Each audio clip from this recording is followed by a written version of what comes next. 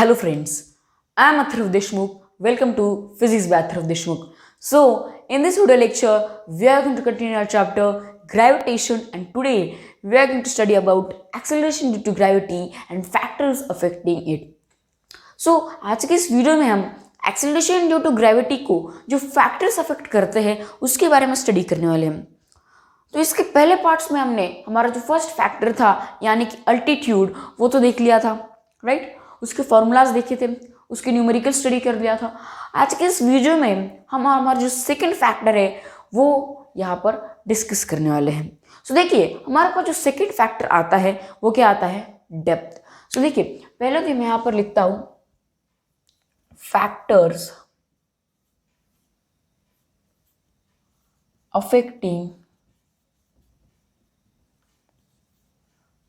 जी, right. जी लिख सकते हैं, एक्सेलरेशन ड्यू टू ग्रेविटी को जी लिख सकते हैं कि नहीं लिख सकते, right.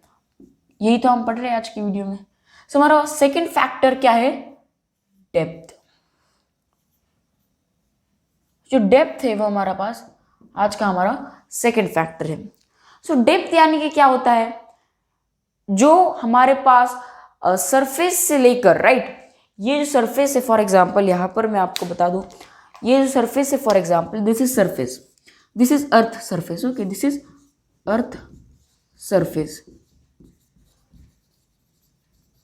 If this is earth surface and यहां पर जो अर्थ सरफेस से लेकर जो बॉटम तक हमारा डिस्टेंस होगा, राइट, अर्थ सरफेस से लेकर जो बॉटम तक हमारा डिस्टेंस होगा उस डिस्टेंस को हम क्या कहेंगे, depth, right.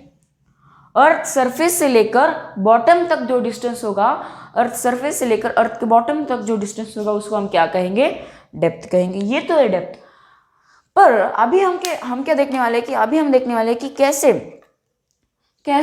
Depth acceleration due to gravity को अफेक्ट करती है, यानी कि जी को कैसे अफेक्ट करती है, इनवर्सली, डायरेक्टली कैसे अफेक्ट करती है। तो देखिए अगर हम देखें डेप्थ के बारे में, सो डेप्थ जैसी होती है ना, एक बॉडी है जो कि डेप्थ में जा रही है, राइट, अर्थ के बॉटम में जा रही है, तो क्या होता है उस पर जो एक्सेलरेशन ड्यू टू ग्रेविटी लग रहा है ना वो कम होते जाता है। देखिए acceleration due to gravity, depth, जैसे ही डेप्थ बढ़ती जाएगी एक्सेलरेशन ड्यू टू ग्रेविटी घटती जाएगी, डेप्थ बढ़ेगी एक्सेलरेशन ड्यू टू ग्रेविटी घटेगी। एक्सेलरेशन ड्यू टू ग्रेविटी कब घटेगी, जब डेप्थ बढ़ेगी। एक्सेलरेशन ड्यू टू ग्रेविटी कब बढ़ेगी, जब डेप्थ घटेगी। यानी कि ये दोनों क्या है, इनवर्सली प्रोपोर्शनल है, राइट। एक बढ़ रहा है तो एक घट रहा है, एक बढ़ रहा है तो एक घट रहा है। तो यहां पर अगर मैं लिखूं acceleration due to gravity, acceleration due to gravity decreases as the depth increases।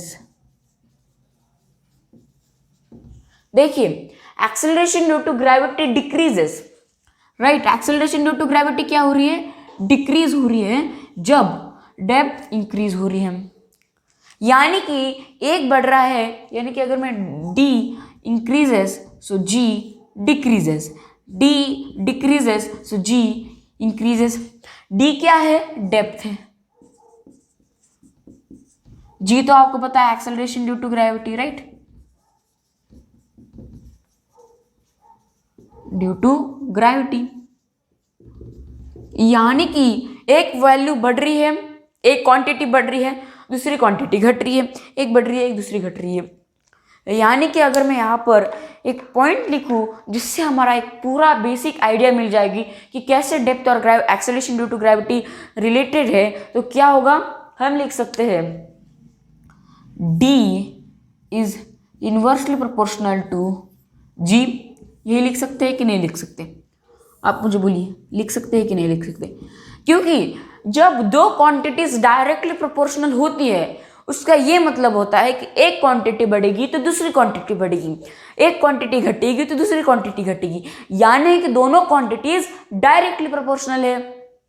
पर जब दो क्वांटिटीज इन्वर्सली प्रोपोर्शनल होते हैं उसका ऐसा मतलब होता है कि एक क्वांटिटी बढ़ेगी दूसरी घटेगी, एक बढ़ेगी दूसरी घटेगी, राइट। इन्वर्सली डिपेंडेंट है। सो डेप्थ और एक्सेलरेशन ड्यू टू ग्रेविटी कैसे डिपेंडेंट है? इन्वर्सली डिपेंडेंट है। एक बढ़ेगी तो दूसरी घटेगी, दूसरी घटेगी तो तीसरी पहली बढ़ेगी, राइट। ऐसा होगा। अभी डेप्थ यानी कि मैंने आपको बोला अर्थ सरफेस से लेकर बॉटम तक जो डिस्टेंस होता है this is called as depth. यानी कि हम जितना ज़्यादा नीचे जाएंगे, राइट, जितना ज़्यादा हम अर्थ के नीचे जाएंगे क्या होगा? हमारा जो एक्सेलरेशन ड्यू टू ग्रेविटी है घटता जाएगा, क्योंकि बहुत नीचे जा रहे हैं तो क्या हो रहा है? डेप्थ इंक्रीज हो रहा है। डेप्थ इंक्रीज हो रहा है तो क्या होगा? जी घटेगा, क्योंकि इनवर्सली प्रोपोर्शनल है। अभी एक अगर हम देखें, अभी एक्सेलरेशन ड्यू टू ग्रेविटी वहां पर घटता क्यों है, right. Acceleration due to gravity अभी घटता क्यों है वो हम देखेंगे, अब वो अभी हम देखेंगे। फॉर एग्जाम्पल ये हमारा अर्थ सरफेस है, राइट। ये हमारा अर्थ सरफेस है, यहाँ पर होम है, राइट। कुछ घर है यहाँ पर कुछ बिल्डिंग्स है, राइट। कुछ ऐसे बिल्डिंग्स है, ये सब ऐसे बिल्डिंग्स है, कहाँ पर ऐसे पेड़ है। तो ये क्या होगा? हमारे पास अर्थ का सरफेस है, ये हमारे पास अर्थ का सरफेस है, ये अर्थ सरफेस। अब डेप्थ में जाएगी यानी कि बॉटम में जाएगी, मतलब बॉटम में जाने यानी डेप्थ बढ़ना। सो ये एक आदमी है जो कि 50 फीट नीचे गया है फॉर एग्जाम्पल, राइट। एक आदमी है जो कि क्या हो रहा है कि 50 फीट नीचे जा रहा है अर्थ के, राइट। 50 फीट नीचे जा रहा है अर्थ के। देखिए आपने जो बोरवेल होते हैं, आपको पता होगा बोरवेल जहाँ से हमें पानी मिलता है, वो हम कहाँ पर डालते हैं? अर्थ के नीचे डालते हैं। अर्थ के नीचे डालने के बाद वो अर्थ के नीचे से पानी एब्जॉर्ब कर लेता है, और वो बहुत नीचे होता है अर्थ के, राइट। आपको पता होगा। सो फॉर एग्जाम्पल एक आदमी जो कि अर्थ के नीचे जा रहा है, जो कि 50 फीट नीचे गया है, राइट। 50 फीट नीचे गया है। यहाँ पर वो जाने के बाद क्या हो रहा है कि ये आदमी यहाँ पर। सो हमें क्या देखना है कि एक्सेलरेशन ड्यू टू ग्रेविटी आखिर घट क्यों रहा है? क्योंकि ग्रेविटी मैंने तो बोला आपको 9.8 मीटर पर सेकेंड कहीं पर भी इक्वल रहेगा, राइट। तो यहाँ पर घट क्यों रहा है? सो यहाँ पर जब एक आदमी जाएगा अर्थ में, मतलब डेप्थ में जाएगा, तब क्या होता है कि इस पर जो है अदर फोर्सेस एक्ट करते हैं। अर्थ में जो अदर फोर्सेस होते हैं, अर्थ के बॉटम में जो अदर फोर्सेस होते हैं, ये इस पर एक्ट हो रहे हैं, राइट। ये जो अदर फोर्सेस है इस पर एक्ट हो रहे हैं, और इसी वजह से क्या हो रहा है? अट्रैक्शन हो रहा है। ये फोर्स इसको यहाँ पर खींच रहा है, ये फोर्स इधर से खींच रहा है, ये फोर्स इधर से, ये फोर्स इधर से, यानी कि सभी जगह से उस आदमी पर फोर्स लग रहा है और अट्रैक्शन हो रहा है। सो क्या हो रहा है कि अट्रैक्शन जो है, फोर्सेस का अट्रैक्शन हो रहा है, राइट। इस बॉडी पर क्या हो रहा है कि बहुत ज्यादा फोर्स लग रहे हैं, जिसकी वजह से अट्रैक्शन हो रहा है, और अट्रैक्शन हो रहा था, इसी वजह से जो जी है हमारे पास वो क्या हो रहा है? घट रहा था। अट्रैक्शन बढ़ रहा था, जी घट रहा था, अट्रैक्शन बढ़ रहा था, जी घट रहा था। दोनों, ये बॉडी और फोर्स के बीच में बहुत ज्यादा अट्रैक्शन हो रहा था, इसलिए जी घट रहा था। अभी आप देखिए, ये जो जी होता है डेप्थ में क्या होता है? डेप्थ में क्या होता है? बहुत ज्यादा कम होता है। अगर आप अर्थ सरफेस पर गए तो ज्यादा होगा, क्योंकि वहां पर क्या हो रहा है? अट्रैक्शन नहीं हो रहा इतना, राइट। वहां पर इतना ज्यादा अट्रैक्शन नहीं हो रहा, पर बॉटम में गई, डेप्थ में गई तो अट्रैक्शन बढ़ेगा, तो जी घटेगा। अर्थ सरफेस पर गए अट्रैक्शन घटेगा, जी बढ़ेगा। डेप्थ में गए तो क्या होगा? अट्रैक्शन बढ़ेगा, जी घटेगा। सरफेस पर गए तो क्या होगा? अट्रैक्शन घटेगा तो जी बढ़ेगा। यानी कि हम दो चीजों से बोल सकते हैं कि पहले तो अगर अट्रैक्शन बढ़ेगा तो जी घटेगा, अट्रैक्शन घटेगा तो जी बढ़ेगा, राइट। यानी कि फर्स्ट अट्रैक्शन पर डिपेंड रहेगा, सेकेंड डेप्थ तो है ही, यानी कि जी किस पर डिपेंड है? अट्रैक्शन पर। जहां पर अट्रैक्शन ज्यादा वहां पर जी कम होगा, जहां पर अट्रैक्शन कम होगा वहां पर जी क्या होगा? वहां पर क्या होगा? जी बढ़ेगा, राइट। यानी कि जहां पर कम, यानी कि अट्रैक्शन और जी दोनों भी क्या है? इनवर्सली प्रोपोर्शनल है। अभी यहां पर आप देखिए, ये जो आपको बॉडी दिख रही है, ये बॉडी पर बहुत ज़्यादा नेट फोर्स लग रहा है, राइट। यहाँ पर जो बॉडी है वहाँ पर नेट फोर्स लग रहा है, और आप बोलोगे कितना नेट फोर्स लग रहा है, एफ नेट कितना लग रहा है, राइट। कुछ तो फोर्स लगेगा, क्योंकि अगर बॉडी फोर्स लगा रही है तो कुछ तो होगा, और 4-5 फोर्स लगा रहे हो तो उसको हम क्या कहेंगे, net force, sum of all force, net force. ये नेट फोर्स कितना होगा, 0 होगा। ये बहुत ज़्यादा इंपॉर्टेंट पॉइंट है कि जब आप डेप्थ पर जाओगे तब आपका नेट फोर्स कितना होगा, 0 न्यूटन होगा। क्यों? क्योंकि यहाँ पर जो फोर्स लग रहे हैं वो क्या है, सेम डायरेक्शन में है, सॉरी अपोजिट डायरेक्शन में है, पर जो मैग्नीट्यूड क्या है, इक्वल है। Opposite direction in equal magnitude, देखिए जब भी इक्वल मैग्नीट्यूड होता है और अपोजिट डायरेक्शन होते हैं फोर्स का, तब एफ नेट कितना हो जाता है, 0 हो जाता है। तो यहाँ पर भी क्या हो रहा है, इक्वल मैग्नीट्यूड है पर डायरेक्शन अलग अलग है, डायरेक्शन अपोजिट है, इसी वजह से हमारे पास जो एफ नेट है वो क्या हो रहा है, 0 हो रहा है। सो डेप्थ, सो ये तो हो गया कि ये इन्वर्सली प्रोपोर्शनल है। हमने अल्टीट्यूड के टाइम पर फॉर्मूला देखा था कि अल्टीट्यूड के डिपेंडेंस पर कैसे फॉर्मूला होगा। सो अभी हम यहाँ पर फॉर्मूला ही देखेंगे कि डेप्थ के बेसिस पर एक्सेलरेशन ड्यू टू ग्रेविटी और डेप्थ में क्या रिलेशन है।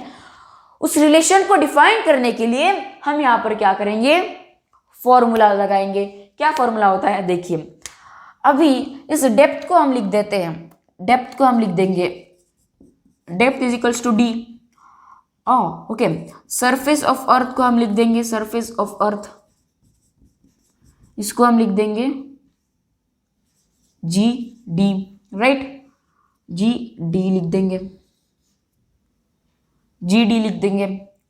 एक्सेलरेशन ड्यू टू ग्रेविटी को हम लिख देंगे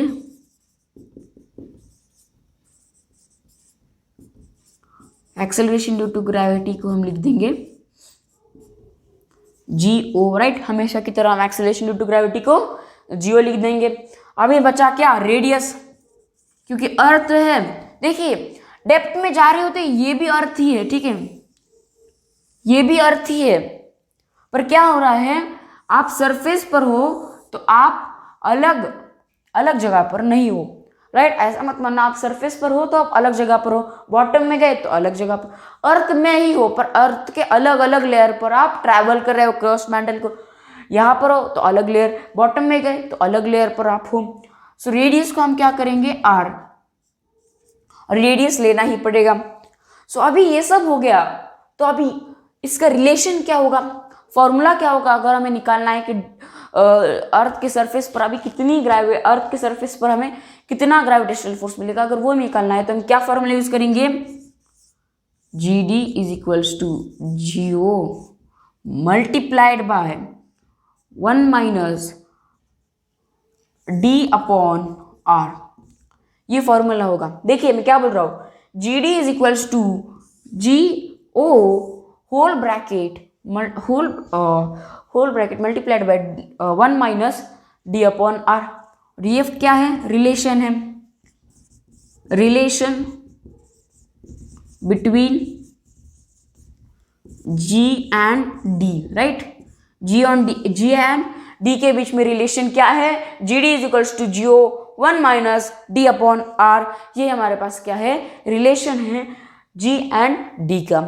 सो ये तो हो गया रिलेशन। अभी यहाँ पर एक सबसे मेन पॉइंट क्या आता है कि अगर, देखिए ये सबसे ज़्यादा इंपॉर्टेंट पॉइंट है, देखिए अगर आपके पास डेप्थ और रेडियस, देखिए जब डेप्थ और रेडियस इक्वल हो जाएगा, जब डेप्थ और रेडियस इक्वल हो जाएगा तब आपका एक्सेलरेशन ड्यू टू ग्रेविटी होगा ही नहीं, there is no acceleration due to gravity. जब ये दोनों इक्वल हो जाएंगे, there will be no g, right, there will be no g, g यानी कि क्या है हमारे पास, एक्सेलरेशन ड्यू टू ग्रेविटी। सो जब डेप्थ और रेडियस दोनों का मैग्नीट्यूड सेम हो जाएगा, दोनों की वैल्यू सेम हो जाएगी, तो हमारे पास एक्सेलरेशन ड्यू टू ग्रेविटी होगा ही नहीं, एक्सेलरेशन ड्यू टू ग्रेविटी होगा ही नहीं, राइट। और मोस्ट ऑफ द केसेस एक कहां पर होगा, सेंटर ऑफ मास पर होगा। मोस्ट ऑफ केसेस पर क्या होगा, सेंटर ऑफ मास पर होगा। जब एक बॉडी सेंटर ऑफ मास पर खड़ी होगी तब depth is equals to radius हो जाएगा और उस टाइम पर हमारे पास एक्सेलरेशन ड्यू टू ग्रेविटी होगा ही नहीं।